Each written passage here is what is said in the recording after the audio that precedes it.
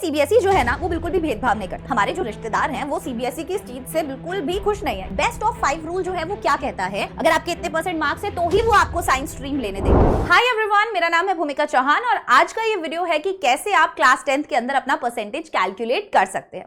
अभी सीबीएसई जो है ना वो बिल्कुल भी भेदभाव नहीं करता। देखो, वो बच्चों को बिल्कुल ये फील नहीं कराना चाहता है कि देखो आपके इतने परसेंटेज आए, ये टॉपर है, ये ऐसा है, ये वैसा है।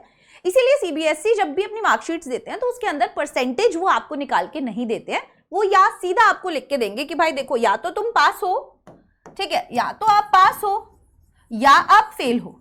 फेल एज इन कंपार्टमेंट वगैरह जो भी अगर आपका आ रहा है। लेकिन हमारे जो रिश्तेदार हैं वो सीबीएसई की इस चीज से बिल्कुल भी खुश नहीं है, क्योंकि उनको पता चलना चाहिए कि आपका परसेंटेज कितना है। बेसिकली हमारे मम्मी पापा भी यही पूछते हैं कि कितना परसेंटेज आया। केवल ये बोलने से कि भाई मैं पास हो गया हूं या मैं फेल हो गया हूं, इससे काम नहीं चलता। उनको परसेंटेज से बहुत मतलब है। हमें खुद को भी होता है कि हमें जब तक परसेंटेज नहीं पता चलता तब तक समझ नहीं आता। तो आज की इस क्लास में एक सिंपल सी मैं बात बताऊंगी कि कौन से सब्जेक्ट्स को आप ऐड कर सकते हो।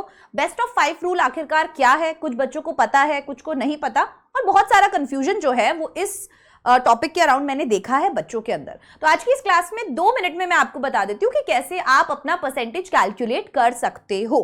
ठीक है, मान लीजिए आपके पास जो सब्जेक्ट्स हैं वो है इंग्लिश, हिंदी, साइंस, मैथ्स और सोशल स्टडीज। ठीक है, ये सब्जेक्ट्स बच्चों के पास होते हैं। इंग्लिश जिसके अंदर कंपलसरी होता है, ठीक है। अदरवाइज इसके अलावा आपके पास कोई एक एक्स्ट्रा सब्जेक्ट भी होता है, जैसे आईटी हो गया, सीए हो गया, एआई हो गया, फिजिकल एजुकेशन हो गया, म्यूजिक हो गया, कोई लैंग्वेज हो गया, ठीक है, और पंजाबी वगैरह जो भी है।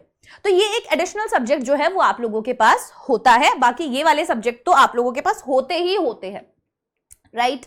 हाँ या ना? यस, बिल्कुल होते हैं। अब आपका परसेंटेज आपको कैसे कैलकुलेट करना है? बेस्ट ऑफ 5 रूल जो है वो क्या कहता है, आपके जितने भी मार्क्स आए हैं इन सब में, उनमें आपको इंग्लिश के मार्क्स, मतलब आपको टोटल 5 सब्जेक्ट्स के मार्क्स जो है कैलकुलेट करके अपना परसेंटेज निकालना होता है। लेकिन इन 5 सब्जेक्ट्स के अंदर बच्चों आप इंग्लिश को कंपलसरी करेंगे, ठीक है, आप इंग्लिश को हटा नहीं सकते। फॉर एग्जाम्पल, आप लोगों के जो मार्क्स हैं, ठीक है, वो इंग्लिश के अंदर आए 90, ठीक है, यहां पे मैं लिख देती हूं कि इंग्लिश के अंदर जो है आपके मार्क्स आए 90। फिर हम मान लेते हैं कि हिंदी के अंदर आपके मार्क्स आए 80। फिर हम मान लेते हैं कि मैथ्स के अंदर आपके मार्क्स आए 70, ठीक है। देन साइंस के अंदर आपके जो मार्क्स आए वो अगेन आए 90। And then English, Hindi, maths, science and SST, और एसएसटी के अंदर हम मान लेते हैं कि अगेन आपके मार्क्स आए 90।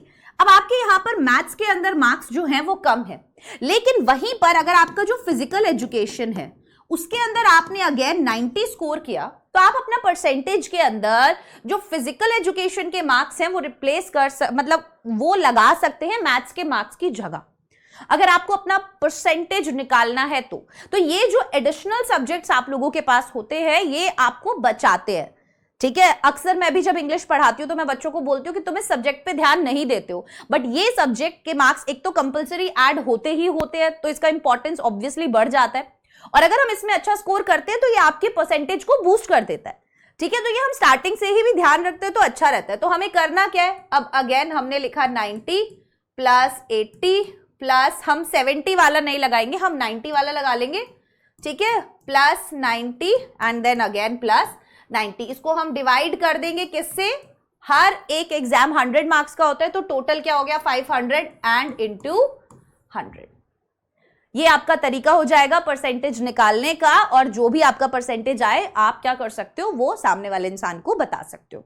तो ये होता है बेस्ट ऑफ 5 रूल कि आप अपने बेस्ट मार्क्स जिनमें 5 सब्जेक्ट्स में आए हैं वो लगा लिया, लेकिन उनमें एक सब्जेक्ट कंपलसरी होना चाहिए, वो है इंग्लिश सब्जेक्ट, ठीक है। बाकी में आप ऐसे कर सकते हो। अब बहुत सी बार स्कूल्स के अंदर ऐसा हो जाता है कि आप लोगों के मार्क्स जो है वो, अगर आपको साइंस का स्ट्रीम लेना है तो वो स्पेसिफिकली आपके जो परसेंटेज है वो देखते हैं कि आपका कितना परसेंटेज है। अगर आपके इतने परसेंट मार्क्स है तो ही वो आपको साइंस स्ट्रीम लेने देंगे, ठीक है। तो बहुत सी बार वो आपके मैथ्स और साइंस के मार्क्स स्पेशली देखते हैं, बहुत सारे स्कूल्स में ऐसा होता है, अदरवाइज वो आपको साइंस स्ट्रीम लेने नहीं देते। बट सीबीएसई जो है वो इस सब चीजों से बहुत ज्यादा दूर है, ऐसा सीबीएसई खुद कुछ नहीं कहता है, ये स्कूल्स का अपना अपना क्राइटेरिया होता है, ठीक है। तो डरना नहीं है, बिल्कुल भी परेशान नहीं होना है। कोशिश करो कि जो आपके एक्स्ट्रा सब्जेक्ट्स हैं उनमें भी आप उतनी ही मेहनत लगाओ। ताकि आप एक अच्छा परसेंटेज जो है वो निकाल पाओ। ये था हमारा आज का क्लास 10th के परसेंटेज काउंट करने के ऊपर। अगर आपको और भी कोई डाउट है तो आप कमेंट सेक्शन में कमेंट करके पूछ सकते हो। तब तक के लिए all the very best, bye bye, take care.